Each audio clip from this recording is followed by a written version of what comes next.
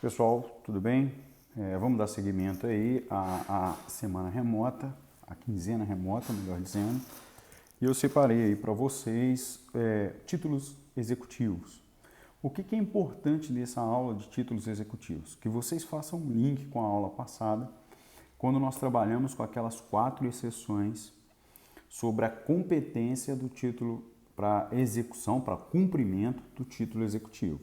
Então vocês têm que recordar daquelas 4 hipóteses, porque nós vamos trabalhar aqui e vamos precisar desse conceito. O nosso estudo ele se divide em títulos executivos judiciais e extrajudiciais. No material de vocês é importante que eu considere aqui nesse momento que eu separei para vocês lá um quadro de revisão. O que eu quero dizer em relação a esse quadro de revisão? É que nesse quadro vocês vão encontrar um esquema, um quadro esquemático, lógico, né? E aí eu vou pedir a vocês que tomem bastante cuidado com os artigos que estão lá, porque esse quadro esquemático é um quadro do livro do Eupídio Donizete, de Processo Civil. Ele é muito importante, ele é muito didático, porém os artigos ao qual ele faz referência é de antes de 2015. Isso não interfere no seu estudo, porque o importante para mim é que você pegue a parte de teoria geral e saiba diferenciar aí. Então fica essa observação quanto aos artigos. Mesmo aqueles que não assistirem a nossa aula vai perceber que na nota de rodapé do material eu faço uma consideração importante sobre isso, dizendo, olha, fique atento aos artigos, porque eles não correspondem ao atual CPC, o que não interfere no seu estudo aí, bastando que você se recorde disso, ok? Então vamos lá. O que seria o título executivo? O título executivo é aquele formado pelo juiz, é aquele formado pelo juízo. Por meio de qual forma? Por meio de uma atuação jurisdicional. E aí, essa parte conceitual que você vai encontrar no seu material, ela encontra uma exceção, que é a sentença arbitral. Lembra que eu falei que nós precisamos aí das exceções. Então você vai encontrar aqui o conceito, e esse conceito dessa parte você vai encontrar a exceção quanto à sentença arbitral, tá? Bom, outra informação extremamente importante para o seu estudo na parte conceitual. Não existe título executivo que não tenha previsão legal. Então, é inadmissível, né, que as partes, por exemplo, através das suas vontades ou através de consenso, cria aí um título executivo. O título executivo depende de uma lei que o criou, tá? Quais são os requisitos formais? Esse é o mais tranquilo aí.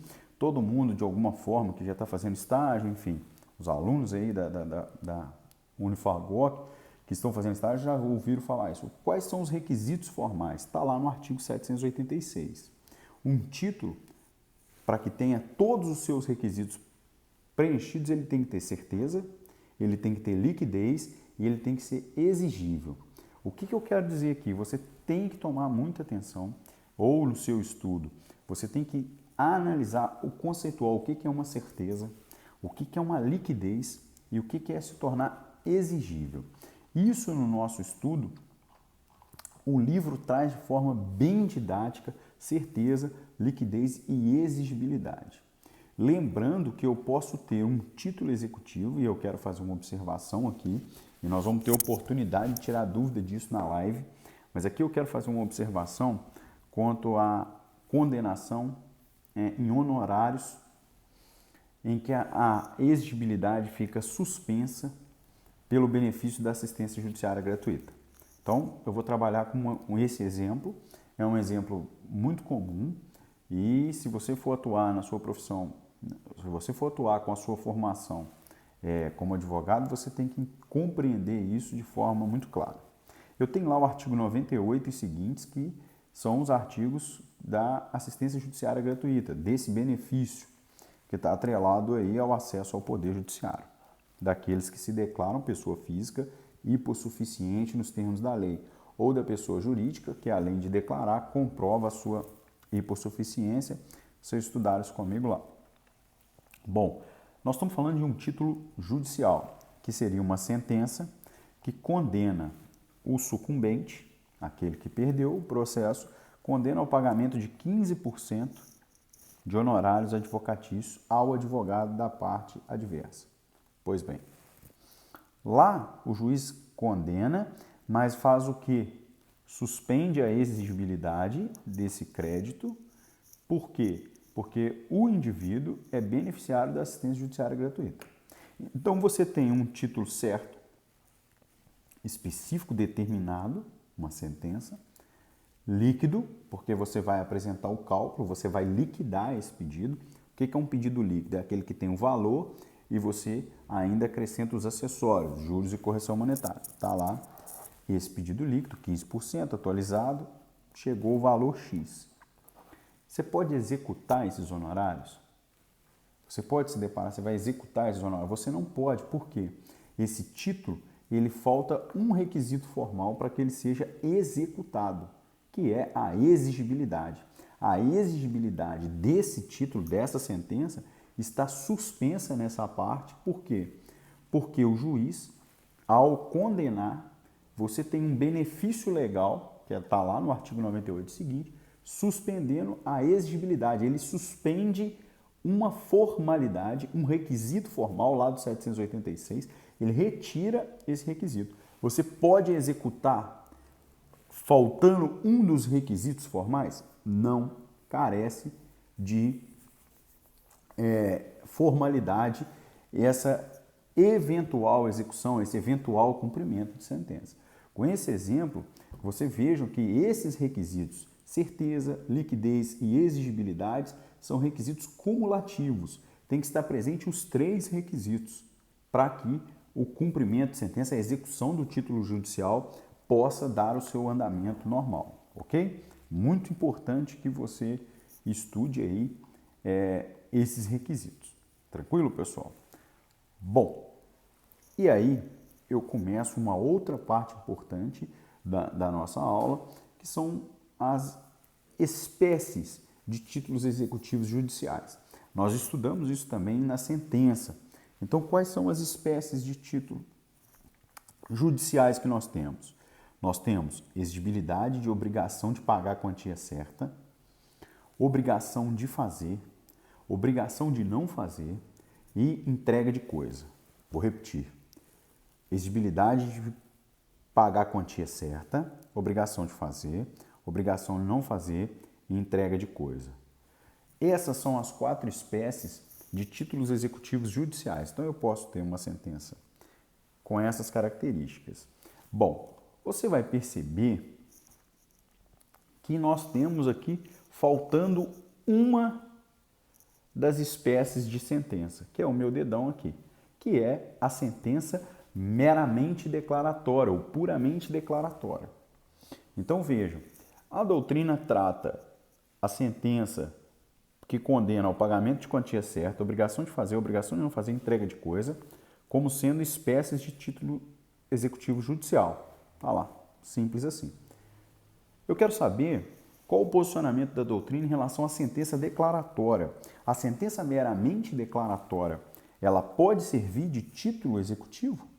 Ela é uma espécie de título executivo? Qual o posicionamento do STJ sobre isso?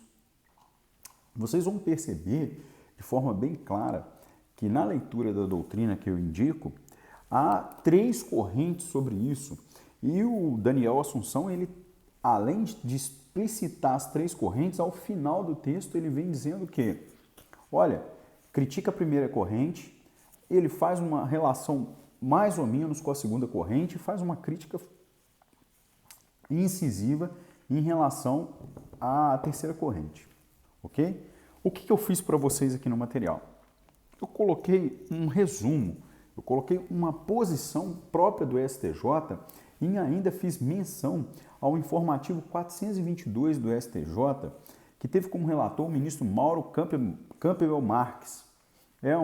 Não é tão recente assim esse informativo, e que também teve a relatoria do ministro Teori Zavascki, que, enfim, todos aí o conhecem. E qual seria a posição do STJ? A posição do STJ, ele está dizendo o seguinte, ó, A ação meramente declaratória, puramente declaratória, ela pode servir de título executivo judicial. E você vai perceber que na parte que eu mencionei para vocês, ele fala sobre o fisco, fala sobre questões tributárias. O que seria, o que eu teria aí de relação para comprovar, para justificar o fundamento de que uma sentença meramente declaratória é uma espécie de título executivo? Por quê? Quando nós estamos falando do aspecto tributário, o STJ entende que uma sentença meramente declaratória, ela torna possível a compensação de recolhimento de tributo no âmbito administrativo. Se nós estamos falando que uma sentença meramente declaratória serve ou torna-se possível deixar de recolher um tributo porque compensa, porque eu posso compensar através dessa sentença meramente declaratória, nós estamos dizendo que por uma via reflexa, trata-se de uma sentença que ela era meramente declaratória, mas ela tem um efeito, quanto ao fisco. Se ela tem um efeito, ela é um título executivo, ela pode ser, inclusive, executada. E aí você tem várias vertentes e vários argumentos contra e a favor. Mas para nós aqui, que eu coloquei essa posição do STJ, e a doutrina diz que essa posição ela é amplamente consagrada no STJ, mas tem essa questão do tributo. Seria um argumento, e é o argumento que eu considerei o argumento mais contundente, mais respaldado aí, sobre a possibilidade de se considerar a sentença meramente declaratória como uma espécie de título executivo, ok? E aí, vocês vão perceber no material, tem um quadro, o quadro esquemático, tal. Esse quadro eu coloquei porque eu uso esse quadro muito, e eu acredito que esse quadro ajuda a esclarecer para vocês aí muita coisa, tranquilo? Bom, outra parte do material trata-se de decisão homologatória de autocomposição judicial, artigo 515, inciso 2º. Então, nós estamos falando de uma decisão judicial que homologou uma autocomposição. Bom, o que eu quero falar aqui? Primeiro, o artigo 515 ele traz a expressão decisão. Isso significa que nós não estamos falando só de sentença, ok? Muito cuidado com isso. Nós estamos falando de uma decisão. O conceito é amplo. E essa composição é uma autocomposição judicial. Bom, o importante para o seu estudo, a mediação. Para a doutrina, a mediação, então, teria uma característica que não seria de autocomposição, portanto, não se enquadraria no artigo 515, isso é um ponto relevante do estudo. Por quê? Na autocomposição, as pessoas não abririam, as partes, melhor dizendo, não abririam mão de parte do seu direito para que ocorresse, portanto, não ocorre uma autocomposição. Do meu ponto de vista, pelas leituras que eu fiz e ainda pelo aquilo que eu passo para os alunos, é que, na verdade, afastar a mediação como sendo autocomposição por essas características e, portanto, não aplicável ao artigo 515, seria algo extremamente se apegar à literalidade. Então, eu considero que a mediação também pode ser objeto aí de subsunção ao artigo 515 e inciso 2º, ok? No material vocês vão ver que tem um pequeno erro de digitação aí do inciso 1 para o inciso 2, mas isso é porque está salvo, já está inserido no sistema em PDF, e eu não consigo aqui alterar, tranquilo? Então, muita atenção com essa homologação aí de autocomposição judicial. Bom, seguindo aqui, agora é importante que você se lembre daquelas 4 exceções que nós trabalhamos. Vamos lá. Sentença arbitral, ok? Execução, cumprimento de sentença arbitral. Sentença, decisão, acórdão que homologa sentença estrangeira no STJ. Tudo isso nós estudamos na competência. Execução de acórdão por tribunal marítimo e, por último, a sentença penal condenatória. Lembra dessas 4 exceções aqui da aula anterior? Agora a gente vai ter a análise de cada uma dessas exceções na perspectiva de título executivo. Então você precisa estudar o título executivo, sentença arbitral, sentença penal condenatória, acórdão de tribunal marítimo e o acórdão do STJ homologando a sentença estrangeira. Lembrando, vamos só fazer uma pequena revisão aqui da competência. STJ, a competência é remetida a um juiz de primeiro grau do TRF, Tribunal Regional Federal. Ele é o juiz competente para o cumprimento dessa sentença. Sentença penal, o acórdão de tribunal marítimo. Lembre-se da questão da abstração. Você faz uma abstração para ver qual era o juízo competente. Eu me recordo da dúvida da Lavínia, foi colocado no fórum, nós usamos na live. Então, e a sentença arbitral também relacionada à abstração da matéria. Aqui, o que a gente vai fazer? Aqui a gente faz um estudo pontual de cada um desses títulos. O primeiro que eu separei para vocês é uma importante observação da sentença penal condenatória. O que é importante na sentença penal condenatória e aquilo que traz mais dificuldade no seu estudo? A liquidação.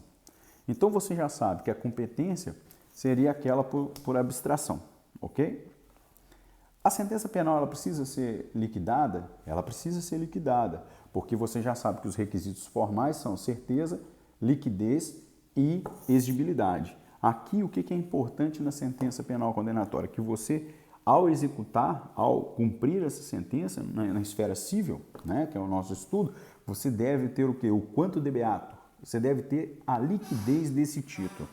E como fazer a liquidez desse título? E aí? Como que a gente faz? Bom, a doutrina ela traz uma importante frase, eu deixei anotada aqui, ó. Nessa opinião doutrinária, o título torna certa a obrigação de reparar a vítima, mas o valor de tal obrigação deverá ser fixado em liquidação de sentença, sendo que somente depois de tal fixação, a vítima terá condições de iniciar a execução. O que a doutrina está dizendo? A sentença penal que fixou o valor, ela traz o título com um requisito formal, a certeza. No entanto, você tem que, antes do cumprimento de sentença, você tem que liquidar, porque só a partir da liquidação da sentença penal é que todos os 3 requisitos estão preenchidos, ou seja, a vítima só pode ter iniciado a execução após a certeza do título que veio da esfera penal e da sua liquidez. Então, na sentença penal condenatória, antes de iniciar a execução desse título, você deve proceder o quê? A liquidez. E é muito comum esse erro. Sem liquidez, vai faltar um requisito formal e você não pode iniciar esse cumprimento de sentença, tá? Aí eu coloquei uma posição do STJ importante, tá? Ela fala sobre a desconstituição da sentença penal e se isso teria influência, se o réu no processo penal for absolvido, qual o impacto que isso tem lá. Coloquei também um informativo extremamente relevante para vocês. E aqui eu quero falar agora, não está no material, porque esse material ele é dividido em 2 partes, mas eu quero falar com vocês da sentença arbitral. Como que nós teríamos a questão da sentença arbitral?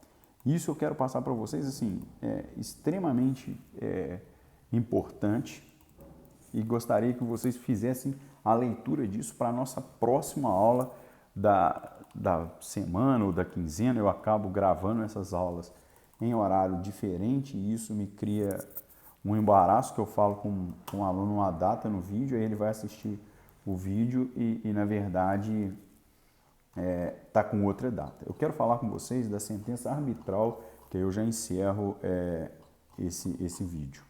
A lei de arbitragem, todos vocês sabem, 9.307 de 96, ela constitui eficácia executiva a essa sentença, mesmo que ela não preceda de decisão judicial. Então, o que é importante aqui? Você tem uma sentença arbitral extrajudicial, você tem uma sentença extrajudicial que a lei de arbitragem confere a ela a característica de ser um título executivo judicial.